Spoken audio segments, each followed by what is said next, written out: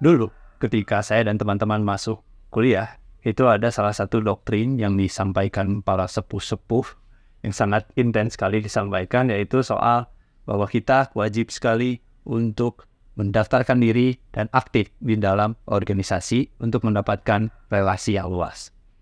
Doktrin ini sebenarnya memang positif ya, karena memang betul ketika kita masuk ke dalam suatu wadah di mana di dalamnya ada berbagai macam orang dari berbagai macam latar belakang, itu akan memberikan manfaat yang bagus, yang positif untuk kita. Salah satunya adalah soal relasi yang luas itu tadi.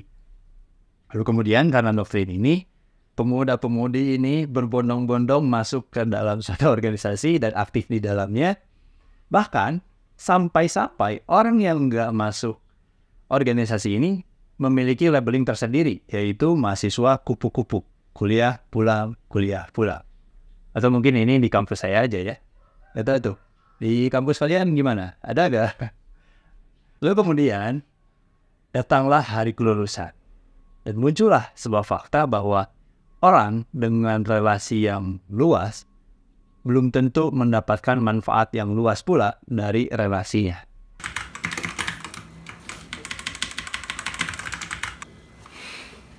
Pernahkah Anda ketemu orang yang mengaku-ngaku punya kenalan pejabat A, pejabat B, kepala divisi C di perusahaan D, dan sebagainya, tapi ketika kita lihat dirinya sendiri, itu adalah orang yang biasa-biasa saja. Nah, meskipun ini bisa disebabkan oleh banyak faktor ya. Salah satunya faktor yang saya hormati adalah faktor prinsip, di mana ada beberapa orang yang memang tidak punya minat untuk menjadi orang yang luar biasa dan ingin menikmati hidupnya yang biasa-biasa saja. Tapi yang saya ingin bahas di sini adalah orang-orang yang di dalam hatinya ingin punya pencapaian yang luar biasa, punya relasi yang luas, tapi belum bisa untuk memanfaatkan relasinya dengan efektif efisien. Yaitu orang-orang yang kesulitan untuk merubah pergaulannya menjadi aset. Atau dalam pergaulan saya disebutnya, kalau ngomongin ini, itu monetisasi relasi. Tapi ya, monetisasi relasi ini sebetulnya bukan sebuah metode atau desain yang bisa memberikan kita kesuksesan yang tiba-tiba gitu. Tapi ya lebih ke untuk memudahkan kehidupan lah. Contoh kecilnya ya begitu lulus langsung kerja gitu. Atau ketika mau buka usaha ya bisa dengan mudahnya dapat partner, atau ya intinya mudah lah untuk merintis usahanya. Atau banyak orang yang ngajak di kegiatan-kegiatan yang punya prospek, itu kan salah satu kemudahan hidup dari sebuah monetisasi relasi. Kami para top leader Anda hari ini berada di Menara Evo. Lalu bagaimana caranya kita bisa melakukan ini? Bagaimana caranya kita bisa melakukan monetisasi relasi? Yang pertama itu kita harus menemukan value diri dan memasarkannya. Prinsipnya itu tidak ada orang yang mau bekerja dengan orang yang tidak berguna. Kasar ya. Tapi memang begitu kan. Makanya kita sebetulnya belum bisa berbicara soal monetisasi relasi ketika kita belum tahu jawaban dari apa sebenarnya yang bisa kita lakukan. Apa kemampuan kita, apa skill kita, itu harus dicari jawabannya. Dan setelah menemukan jawabannya, barulah kita bisa berbicara soal monetisasi relasi. Sebagai contoh nih, ketika saya sekolah gitu dulu, kemampuan saya adalah fotografi, videografi.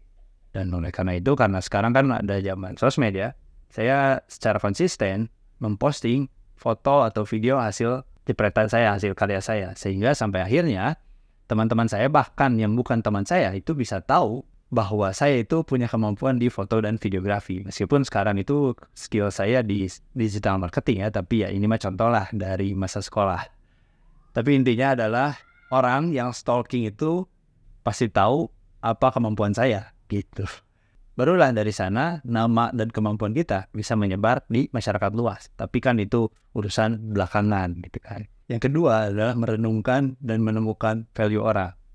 Sering berjalannya waktu ketika kita beraktivitas di suatu wadah, di mana di sana ada orang lain gitu ya, ada banyak orang, kita berinteraksi dengan mereka, lambat laun normalnya itu kita semakin tahu kepribadian mereka dan semakin tahu juga kemampuan mereka. Nah, untuk monetisasi relasi ini kita harus rajin mencari peluang kolaborasi. Contohnya saya kenal dengan teman si A. Saya selalu pikirkan apa sih yang si A bisa lakukan sedangkan saya tidak. Dan ada peluangkah untuk bisa berkolaborasi dengan dia dan merintis sesuatu bareng dia. Nah itu selalu saya pikirkan. Makanya sejauh ini usaha saya itu jarang sekali ada yang mendirikan sendiri gitu. Hampir semuanya itu partnership, itu ada bertim gitu kan. Karena saya ini senang kolaborasi. Kurang cocok kalau misalnya jalan sendiri. Yang ketiga adalah berani nembak. Tapi bukan nembak yang itu ya. Gini, ketika kita sedang asik-asiknya beraktivitas, mengembangkan diri gitu kan, memang lebih nyaman ketika kita tiba-tiba ditawari pekerjaan, ditawari program, ditawari kerjasama, ditawari. Tapi gimana kalau menawari? Menawari memang berat ya, apalagi kalau ditolak. Tapi ya itu adalah sesuatu yang harus dilakukan, apalagi untuk pemula gitu kan. Katakanlah menawari dan ditawari itu dibagi dua, jadi sebuah peluang 50-50. Maka kalau kita berhenti menawari atau kita tidak menawari, itu berarti kita mengikhlaskan 50% peluang kita untuk berkolaborasi. Itu kalau berbicara 50-50. Tapi di lapangan sebetulnya, apalagi untuk pemula, itu peluang menawari itu jauh lebih tinggi daripada ditawari.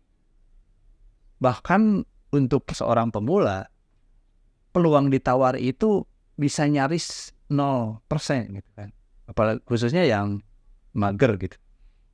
Makanya menawari itu penting, dan menawari di sini itu tidak selalu to the point soal kolaborasinya aja, tapi soal akumulasinya. Soal akumulasi apa? Karena kolaborasi itu selalu dimulai dari silaturahmi. Nah, untuk nembak silaturahmi orang itu agak memang tidak mudah. Saya mengalaminya. Ketika saya punya teman, bukan teman ya, kenalan, yang saya nilai dia punya value, kami bukan teman baik, tapi tiba-tiba setelah bertahun-tahun nggak komunikasi, saya tiba-tiba nembak. Bukan nembak itu ya. Untuk silaturahmi, ya beberapa ada yang nerima, tapi nggak sedikit juga yang nolak. Soalnya akan ngapain juga ini orang tiba-tiba ngajak ketemu gitu, ngajak ngobrol, ngapain, padahal kan nggak ada background teman dekat gitu. Dan itu ya penolakan-penolakan itu memang cukup menggetarkan keyakinan ya. Yang keempat, sabar. Dari 100 kenalan belum tentu ada 50 orang yang bisa kita ajak kolaborasi. Itu angka yang besar sekali ya, 50. Dari ratusan itu paling cuma 1, 2, 3 gitu. Dan yang 2-3 orang itu bisa jadi itu munculnya itu lama banget. Tapi ya tetap harus kita lakukan. Yang 3 step yang sebelumnya saya bahas itu tetap harus dilakukan sambil menunggu dan mencari orang-orang ini gitu yang bisa kita ajak kolaborasi dan kita lakukan sesuatu yang prospektif bersama-sama. Meskipun bisa jadi ada skenario kalau kita memiliki keberuntungan yang lebih, itu bisa jadi kita baru gerak dikit aja udah ketemu langsung sama orang yang seperti itu yang bisa diajak kolaborasi. Tapi kesampingan dulu skenario seperti itu karena ya kita ini berbicara strategi yang mana skenarionya moderat ya. Dan semakin muda usia kita ketika menerapkan ini, itu semakin besar peluang yang bisa dihasilkan. Tapi pada hakikatnya setiap orang punya keberuntungannya masing-masing.